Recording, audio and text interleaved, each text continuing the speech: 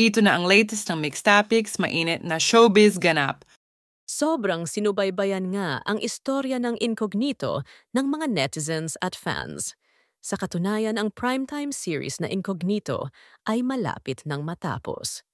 The final episode will see the Contracts team, led by Richard Gutierrez, Ian Veneracion, Baron Geisler, Maris Racal, Anthony Jennings, Kyla Estrada, and Daniel Padilla battling it out in Marawi to defeat Elcano. The series finale is described as a culmination of the team's bonding and shared experiences throughout the missions.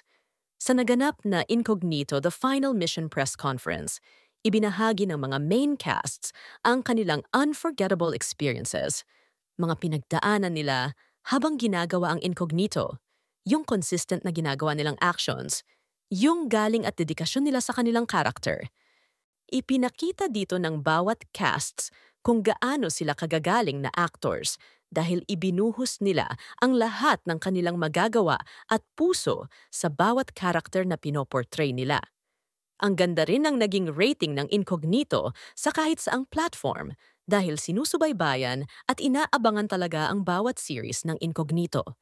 Sinabi ng mga casts na marami pa silang aabangan sa huling series ng Incognito na tinawag nilang The Final Mission. Ipinangako din nila na magiging maganda ang finale ng kwento at sana ay samahan sila hanggang dulo, hanggang matapos ang Incognito. Sa mga main casts naman ng Incognito na sina Ian, Richard, Danielle, Kayla, Maris at Anthony, ipinakita nila kung gaano sila ka-versatile na mga actors. Makikita dito kung gaano sila kagagaling para bigyan ng buhay ang kani-kanilang character. Medyo naging emotional nga ang ibang casts ng Incognito dahil sa mainit na pagsuporta sa Incognito at pagtangkilik sa kanilang mga character. Nagpasalamat din silang lahat sa lahat ng nag-aabang ng Incognito at sa lahat ng sumusuporta sa kanila. Dito sa presko na ito, inamin ni Maris Racal na ang Incognito ang nag-save sa kanya dahil nabigyan siya ng pagkakataon gampanan ang kanyang character at dahil na rin sa iskandalo na kinaharap nila ni Anthony Jennings noon dahil sa mga in-upload in convo ng ex-girlfriend ni Anthony Jennings. Mangiyak-iyak si Maris habang nagsasalita sa presko ng Incognito habang nagpapasalamat siya sa mga sumuporta sa kanya at sa buong team ng Incognito. Aniya ay kung hindi umano ang Incognito, baka hindi na niya alam ang kanyang gagawin. Hindi naman kasi madali ang pinagdaan ng bash ni Maris at Anthony sa iskandalong nangyari sa kanila noon. Samantala, hindi rin nagkakalayo ang sagot ni Daniel Padilla sa press con ng Incognito nang matanong siya kung ano ang natutunan at nagawa ng Incognito sa kanya para mapapayag siya sa project na ito. Ayon kay Daniel, na ang pagtanggap at pagsali niya sa Incognito ang nag-save din sa kanya. Dahil bago mag-umpisa ang Incognito, ito ang panahon na magulo.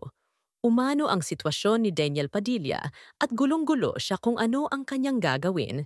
Ito ang mga panahon na may pinagdadaanan sila ng kanyang ex-girlfriend na si Catherine Bernardo. Inamin ni Daniel na malaki ang naging ambag umano ng Incognito para malampasan niya ang pinagdadaanan noon. Pinasalamatan din niya ang mga taong sumubaybay sa kanyang character at buong team ng Incognito.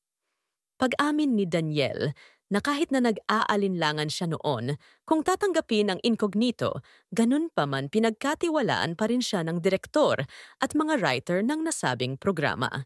Samantala, si Baron Geisler naman ay nagpasalamat din at inamin niya na ang kanyang character sa Incognito ang kauna-unahang mabuti o mabait na character na kanyang pinortray. At proud niyang ibinahagi na ito din ang kauna-unahang project niya na nakumpleto niyang pumasok na hindi siya nakainom. Masaya naman ang buong team, lalo na ang mga casts ng Incognito. Sa pagbabagong ito ni Baron, sa totoo lang, si Baron ay isang napakahusay na Filipino actor sa bansa at hindi matatawaran ang galing niya sa kanyang pag-arte. Nagpasalamat naman ang buong casts ng Incognito sa mga natatanggap nilang suporta mula sa kanilang mga fans at mga tagapanood ng programa. Napansin din ng mga netizens na hindi present si Ian Veneracion sa press con ng Incognito. Ano ang masasabi niyo dito?